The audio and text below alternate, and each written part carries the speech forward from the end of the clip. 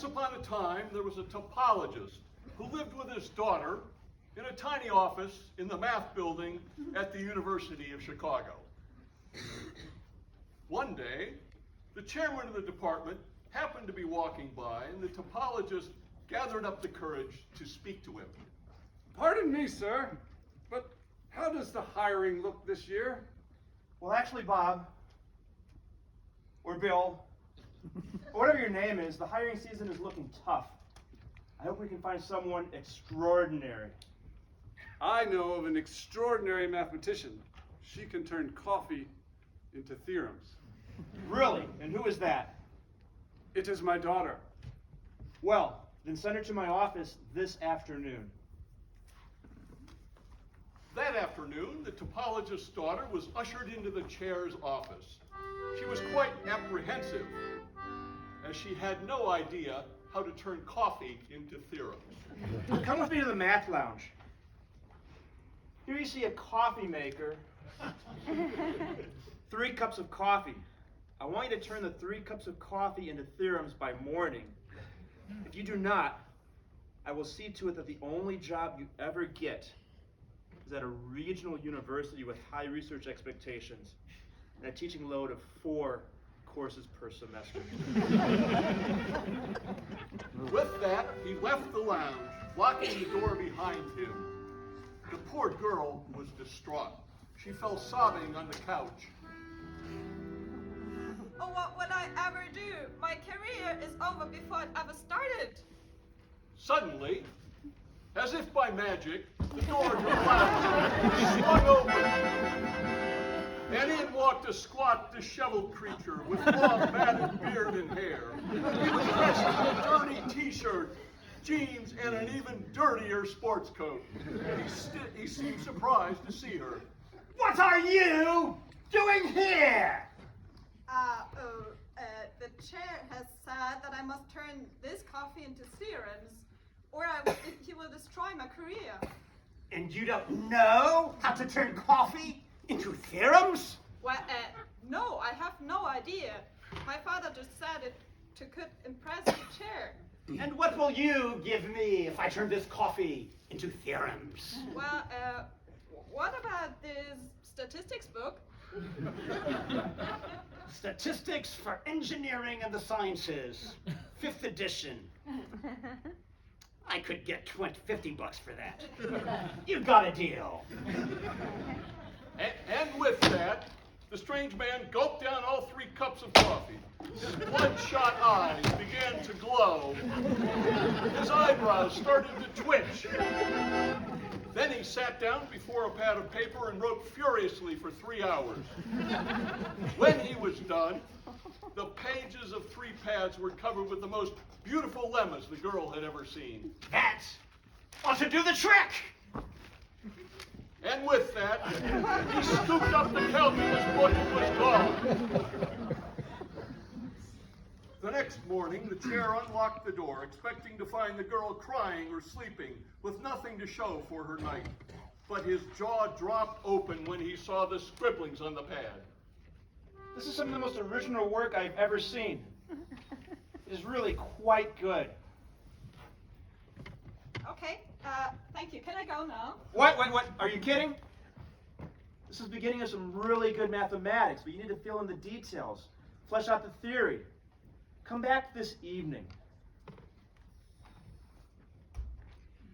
When the girl arrived that night, the chair pointed to 6 cups of coffee sitting on the table.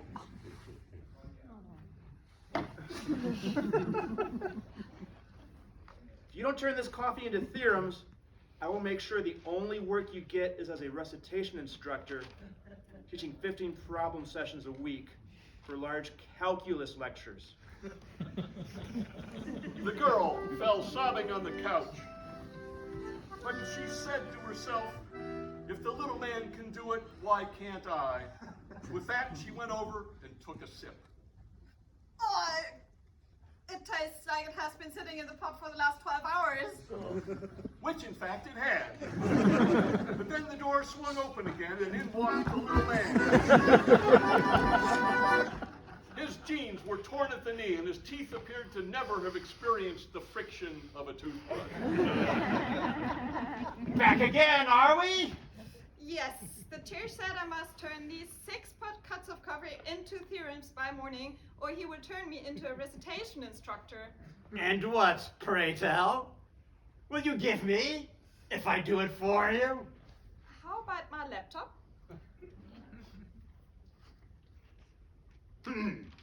14-inch MacBook Pro, M2 Max processor, 64 gigabytes of RAM, and 8 terabyte SSD. You got a deal. So again, he gulped down the coffee and set to work. 6 hours later, he had filled 6 pads of paper with theorems and proofs. This should do it.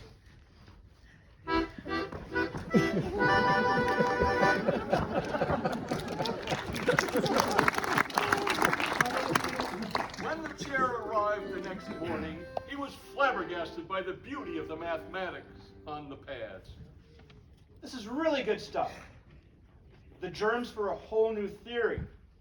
I am really impressed. Good, can I go now? Yes, but you must come back tonight. You have more work to do. That evening, the chair sat her down before 12 cups of coffee.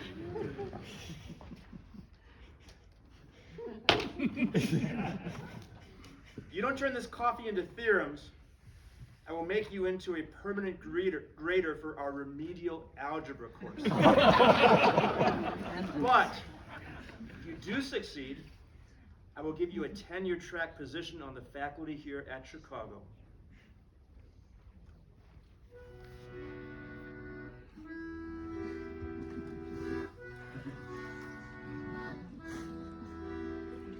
The girl fell on the couch sobbing. It was too much to hope the smelly man would come back to help her once more. And besides, she had nothing left to give him.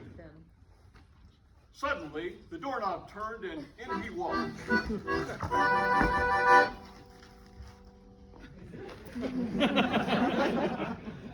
Still trying to turn coffee into theorems, are we? Haven't learned how to do it yet.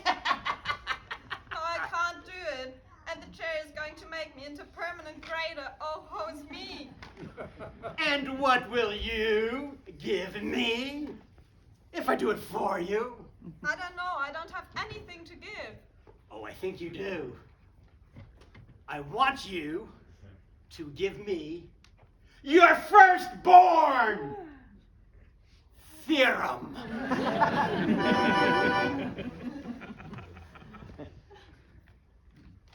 What do you mean? The first theorem you prove yourself, I want you to give it to me to claim as my own. Now, the topologist's daughter knew that if she said no, she wouldn't ever have the opportunity to create her own theorems anyway. So there wouldn't be anything to lose. On the other hand, if she did survive all this nonsense and had a career as a mathematician, what was one theorem more or less? So she agreed. Okay. Ha ha! Okay! Okay! Then he gulped down all 12 cups of coffee and worked through the entire night, finishing just before daybreak. Remember our deal. And he slipped out the door, leaving 12 pads of paper filled with wondrous mathematics on the table.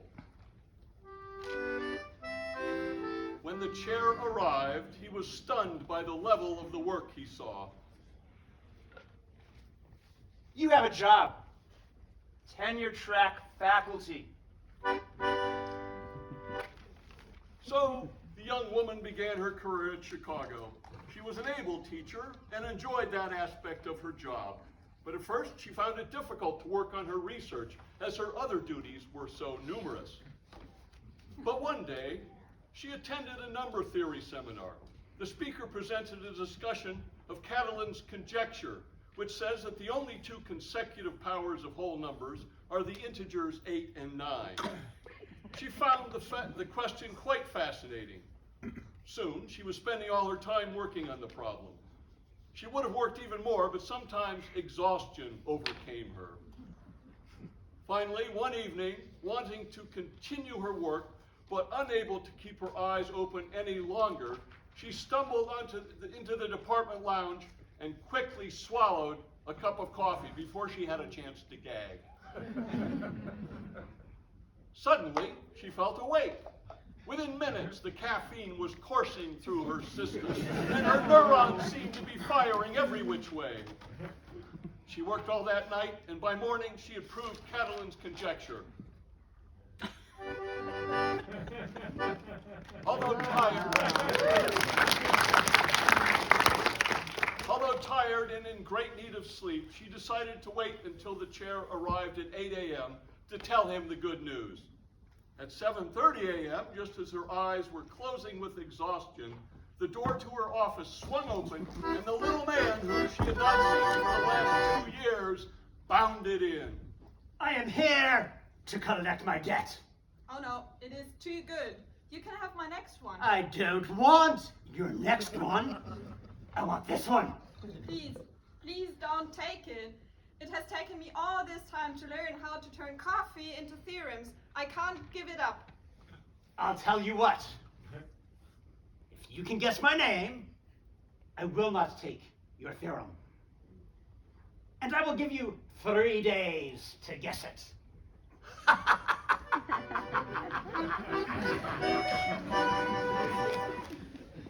The young woman thought to herself that this couldn't be so hard. After all, he had made no rules about the guessing. She could guess as many names as she wanted. Eventually, she would get it right.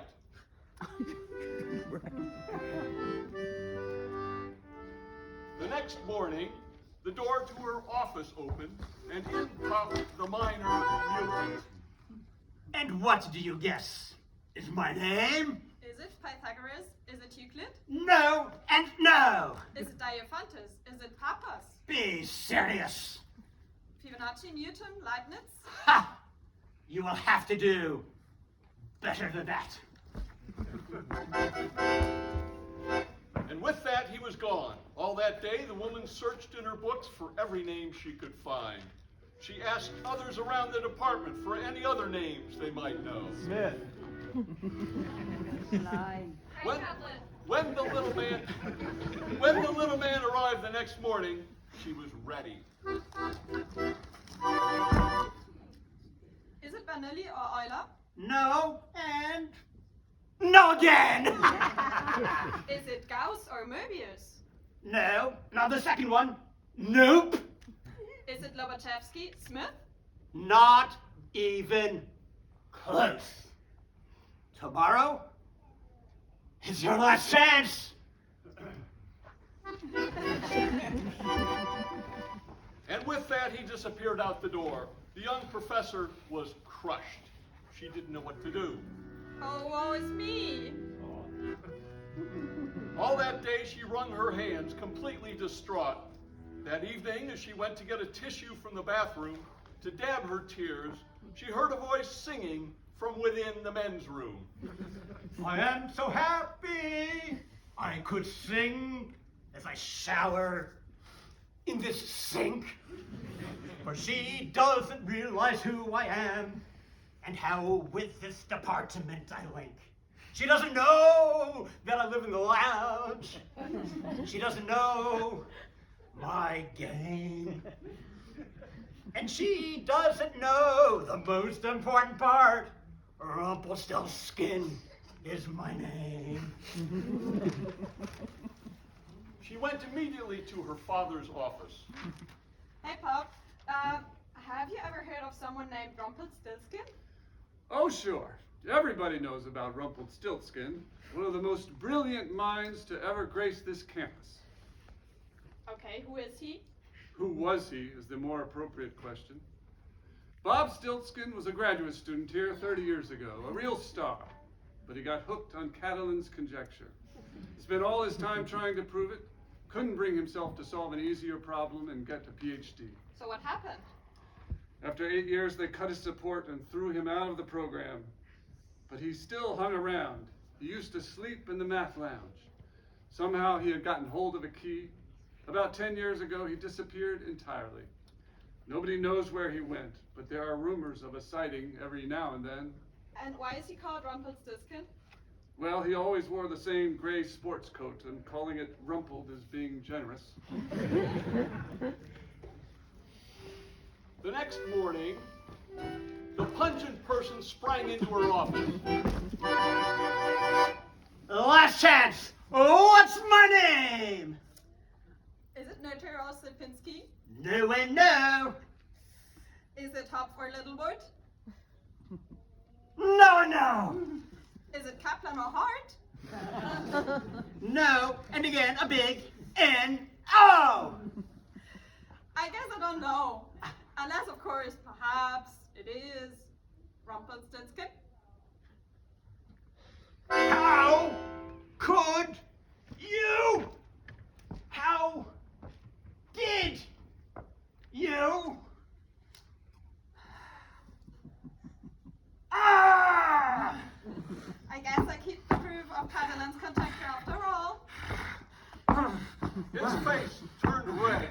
He stamped his feet and gnashed his teeth and pulled forcefully on his matted hair. His eyes rolled up in his sockets, and then he stormed out of the office, never to be seen at the University of Chicago again.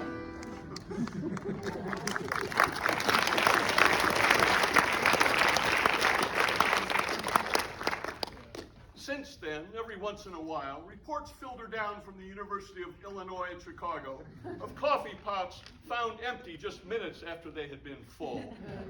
And at Northwestern, department copies of statistics for engineering and the sciences disappear at an alarming rate. The young professor went on to a very successful career in Chicago. She and her father wrote some joint papers, on the basis of which her father was promoted to an office of reasonable size. And although she did drink coffee for the next 4 years, she switched to herbal tea after receiving tenure. And even then, the theorems kept coming.